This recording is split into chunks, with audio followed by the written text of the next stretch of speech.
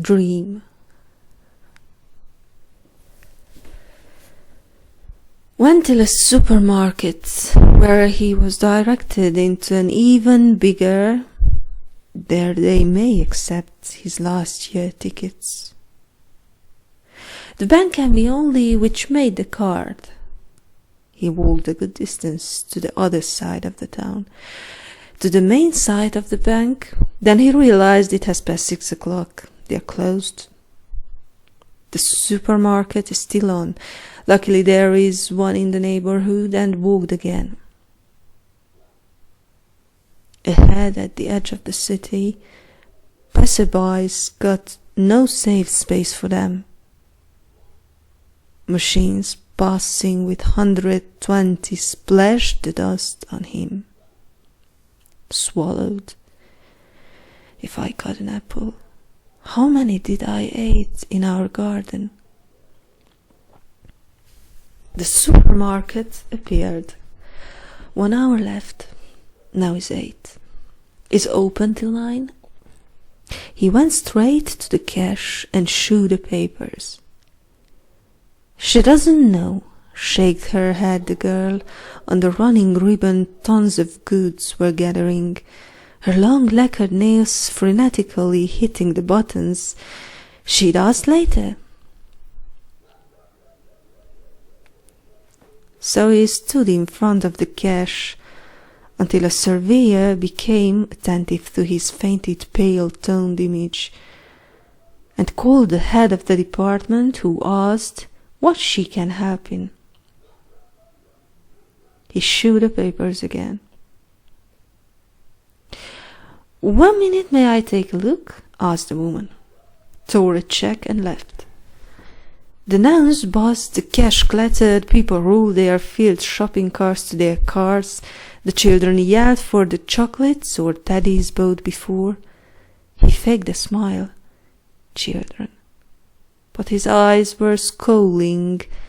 That distant red inscriptioned metal door, upheld for the personal, was a little bit ashamed for his evasive sight, smiled to the cashier girl who mechanically held the coats under the laser and spelled good evening in line for the next customer.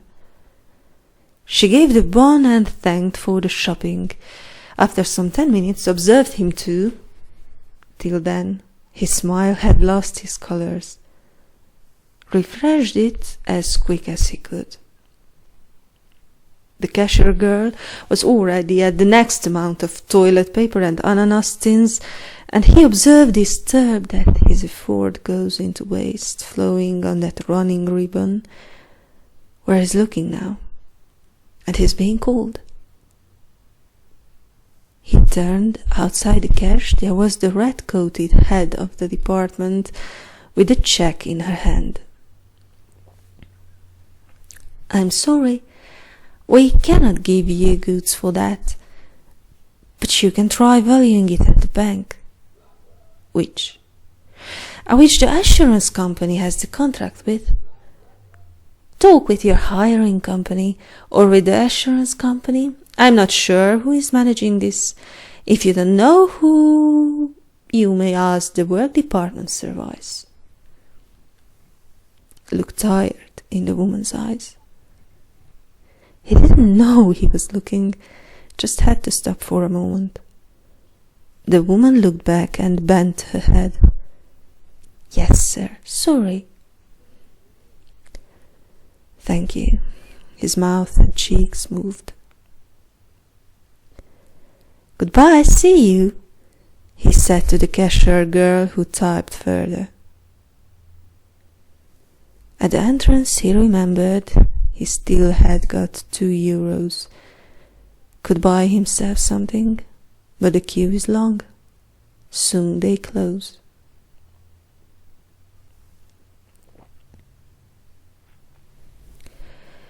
He stopped at the parking, turned in. Couldn't go upwards. Heaviness took him down, down, until he was many floors under the earth, on the deepest in the cave.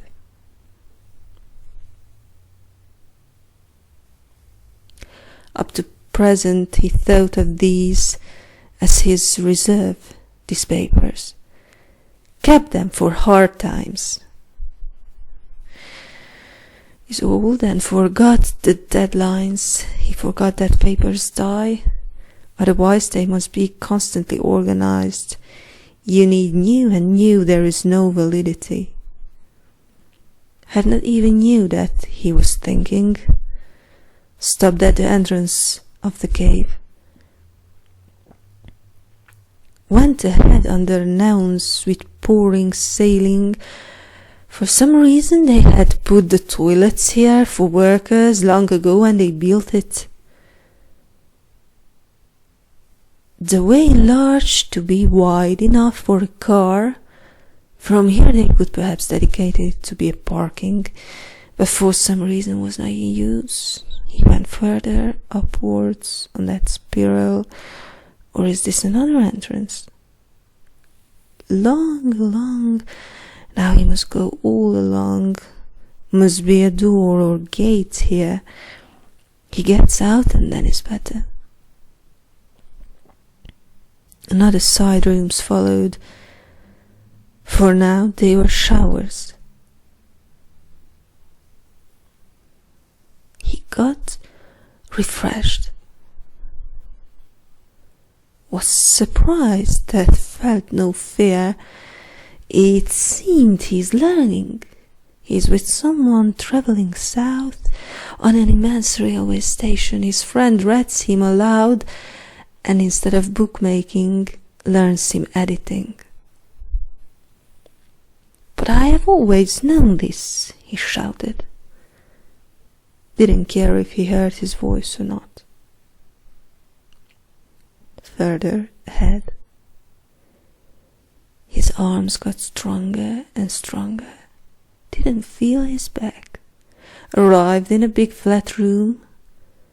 It was already light, natural light. The ceiling was pouring here too. Faïences kicked into smashes and oxidated tubes were dissoluting on the middle. Void. Suddenly a figure came in.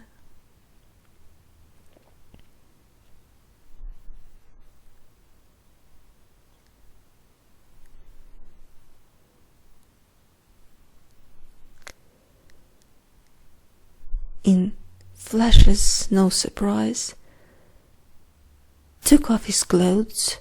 His bones were striking through. Could have numbered his ribs, his knees, potato collection, his legs, pipes. With hair scratched up in Rasta. Went to a tube to drink. He thought the figure would wash himself, but searched for lice on his head, and when found one, whispered and ate it. Remus was trembling into the dark. Till then he was just gazing unconsciously. Now from the greed he made a movement that the Rasta had observed. The dark eyes were lightening towards him. He turned, was getting closer. Could have been 20, 25. Remus stepped back, scared. No, please, but could not say what. The figure stopped at the middle of the room, and Remus was staring at him. Caught him all in his sight. Had no fear again, just stood. Was wondering himself, at the same time afraid and trembling, and at the same time suddenly it doesn't matter what happens here. Miracle, he's even curious. The figure drew out an Eastern scythe-shaped knife. Remus wasn't afraid.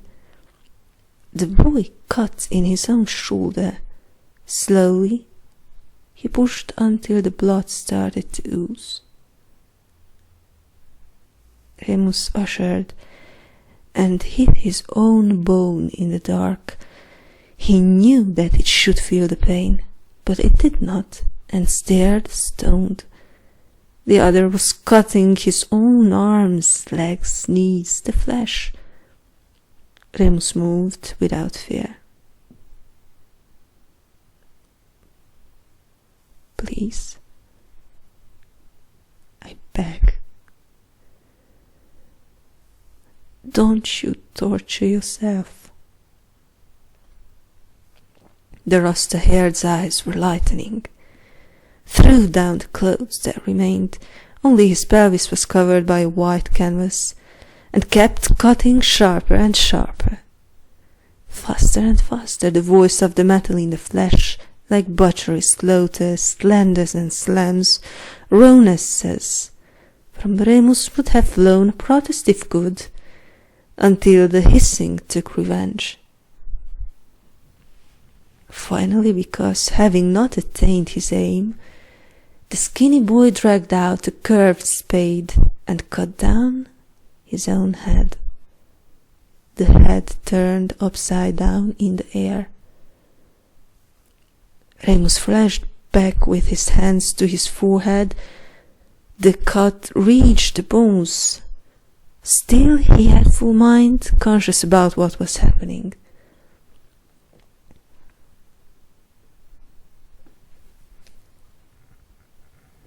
The boy matched the head back. The neck got thickened. Veins swam, and the head increased. Turned into a thick lilac globe that constantly moved closer to Remus, who was and wasn't afraid, but could hardly protect himself. He started to shout names from his faith. A name of 40, 60, 70 years before. God's name. The whirling spiral globe stopped. Remus realized it works. The vertige laughed there scornfully and started to get closer. Because even you don't believe. It had yellow intestines swirling inside. I believe. I believe, he cried in shouts, and he remembered the sentence that he told when he was 9. From that sentence to that 9th year, and slowly among the constant shouts to the way how he uttered the words then. He knew this is a very strong prayer. His mother had learned him it. He never knew the text just now. Get away, go away, I force you. The swirl eased. I go, said the spirit, but not because you say force. This text is very strong. I must obey. Call for the name. Call for the name you know, otherwise I'll come back. Remus shouted again God's name, the God-human's name. The globe turned into an immense face, suffering, barbed-haired, that started to sneer with tusks and turning eyes. Not lousy, not allowed like that, not from getting used, shaked himself Remus. Attentive, intensive, want it, otherwise it evokes back the spirit, evil words, indifferent call. He was not knowing what he thought, shouted with no pause, until his lungs could go on, stronger and stronger. The face growed, got calm and still. Was infinitely sad. Remus perceived another room, a little boot store, where the God-human walked, wailing, embracing himself cross-bent. He was already wrecked, but has not yet passed death. He was so miserable, that Remus forget everything. How could he thought of something else before? He wanted to say something for him, but nothing came in his mind.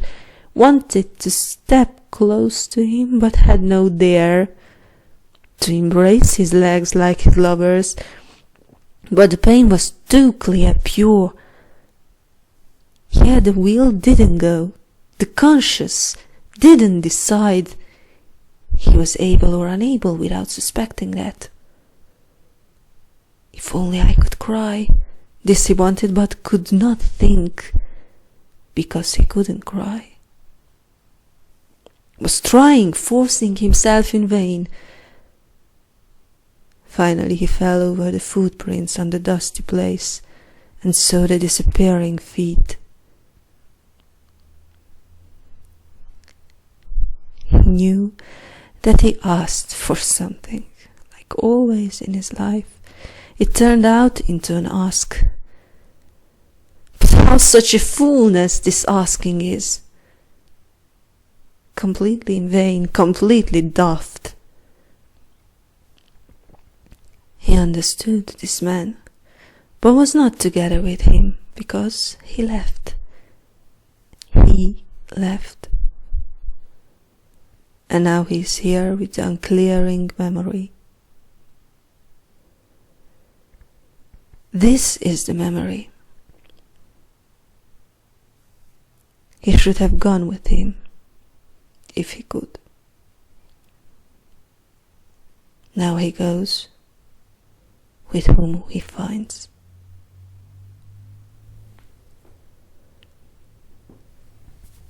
The cellar's door shut. The face disappeared. In the window, which was filled with white daylight, in its cave, a slim black girl was kneeling. Again he observed her just now. She could have passed through innumerable hungers. Both bones were protruding her bristles. Put her knees under her? He must go to her. Please, get down. The wool is cold. You get cold. The girl's hands were full of lines. She tried to write.